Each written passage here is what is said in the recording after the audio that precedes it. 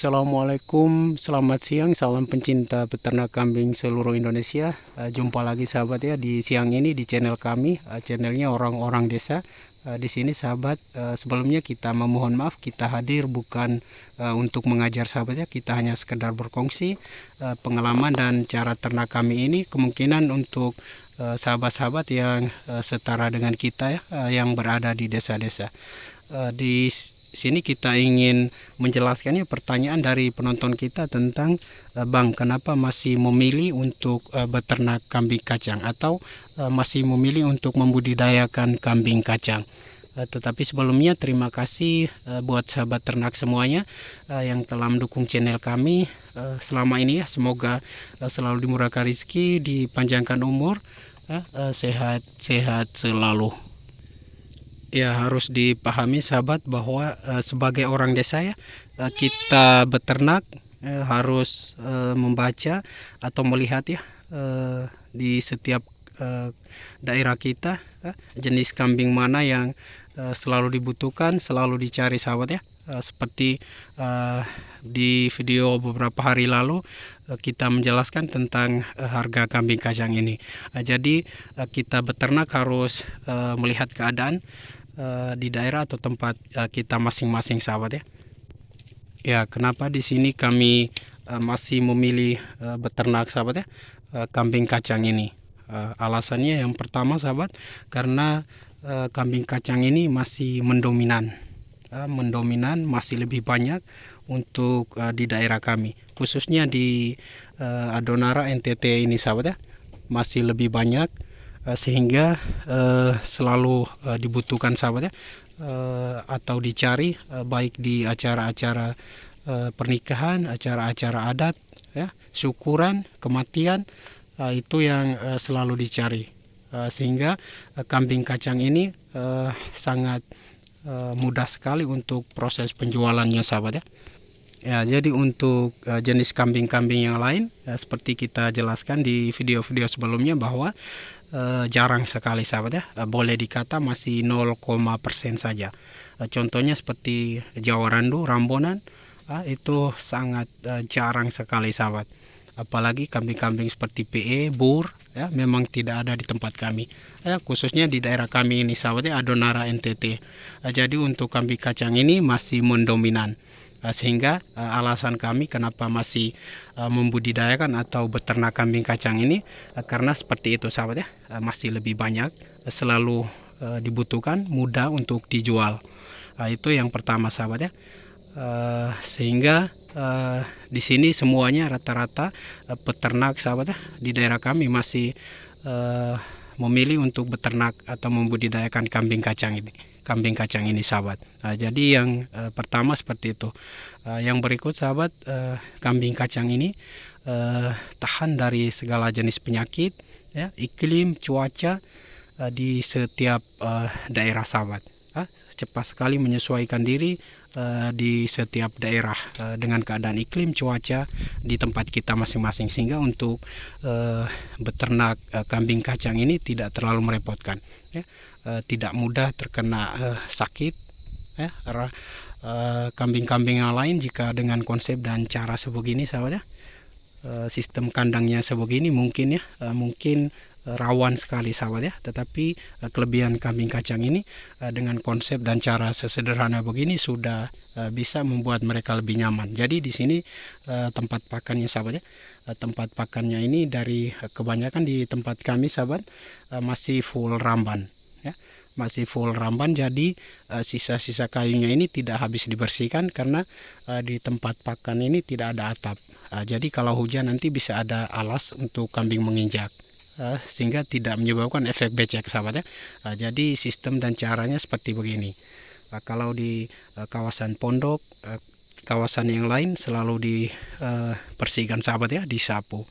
Pondoknya berlantaikan papan sahabat. Ini sudah membuat mereka lebih nyaman. Jadi untuk sistem dan cara begini, kalau seperti kambing-kambing PE atau Bur mungkin rawan sahabat ya. Tapi kalau mungkin kambing Jawa Randu mungkin agak seimbang seperti kambing kacang, masih tahan ya, daya tahan tubuhnya sama seperti kambing kacang. Tetapi untuk jenis Jawa Randu masih jarang sekali sahabat ya di tempat kami. Itu alasan yang berikut, sangat ekonomis sahabat kambing kacang ini ya. Kita beternak kambing kacang ini sangat ekonomis dengan alasan ya, biar kandang sederhana begini ya, kandang yang ekonomis begini ya, tetapi kita sudah bisa memiliki kandang ya, dan sudah bisa beternak ya, tidak membutuhkan kandang yang mewah sahabat ya, pakan yang mewah, yang ekonomis begini saja, yang tradisional, alami, pakan alami, kandang yang tradisional, yang sederhana begini sudah bisa membuat mereka lebih nyaman. Nah, jadi sangat ekonomis sekali. Kuncinya kita hanya konsisten dari perawatan, kebersihan, kesehatan, ya, kandang, ya, pemberian pakan yang konsisten, sudah cukup sahabat ya. Ya, sudah cukup membuat mereka lebih nyaman. Jadi ini pondoknya atau tempat istirahatnya ini berlantai papan sahabat ya, panggung. Nah, jadi tempat pakannya di luar seperti dijelaskan tadi, masih full hijauan dari ramban. Jadi itulah alasan kami sahabat ya, masih dominan yang pertama, yang kedua tahan dari segala jenis penyakit, yang ketiga sangat ekonomis sahabat ya, seperti begini. Dengan konsep kandang yang sesederhana, yang ekonomis begini, kita sudah bisa beternak. Ya, jadi seperti dijelaskan di video beberapa bulan yang lalu ya, contoh atau sistem perkawinan pada kandang semi umbaran ya, seperti dijelaskan sahabat ya, di video sebelumnya ini disekat sahabat ya, disekat dengan tempat bagian sini babon dan pacakan. Nah, kalau di belakang sana untuk bakalan jantannya yang lepas sapi, proses pembesarannya di sana sahabat ya. Ya, yang di sini sahabat. Jadi nanti yang bakalan dipisahkan di sini khusus kambing jantan saja. Jadi cara menghindari inbreeding seperti begini sahabat ya. Jadi kalau nanti ada cempe-cempe jantan yang lepas sapi nanti dipisahkan ke sini. Ini sudah dijual separuh sahabatnya, jadi tinggal 2 ekor ini. Jadi nanti ada cempe baru nanti yang lepas sapi yang jantan dipisahkan ke sini. Jadi sini untuk khusus penggemukan atau pembesaran kambing jantan sahabat. Jadi untuk menghindari inbreeding seperti begitu. Jadi yang di sebelah situ sahabat ya, koloni sebelah situ itu untuk pacakan saja. Jantannya satu saja khusus pacakan bersama babon dan doro atau kambing betina yang lain sahabat ya.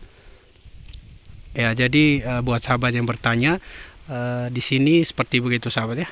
Seperti yang kita jelaskan tadi, kenapa masih memilih untuk membudidayakan atau beternak kambing kacang ini. Jadi konsep dan cara ternak kita ini di setiap daerah masing-masing sahabat ya, seperti jenis kambing atau sistem kandang mungkin berbeda-beda. Tetapi kuncinya sebagai peternak desa sahabat ya, kita bisa belajar dari sahabat-sahabat kita yang sukses, teman-teman kita yang sudah sukses dengan konsep bisnis atau usaha ya ternaknya, tetapi kembali ke daerah tempat kita masing-masing sebagai orang desa sahabat ya. Ya, kita tidak bisa memaksa untuk membentuk suatu sistem ternak yang modern ya, yang lebih mewah, tetapi dengan cara yang sesederhana begini, yang sesimpel begini, tetapi jika kita konsisten, insya Allah bisa memberikan hasil yang memuaskan nanti. Jadi untuk orang desa kita bisa belajar ya ilmu dan cara-cara ternak, tetapi dengan konsep dan cara yang modern mungkin susah untuk kita lakukan sebagai orang desa yang mungkin mempunyai kemampuan atau modal yang terbatas.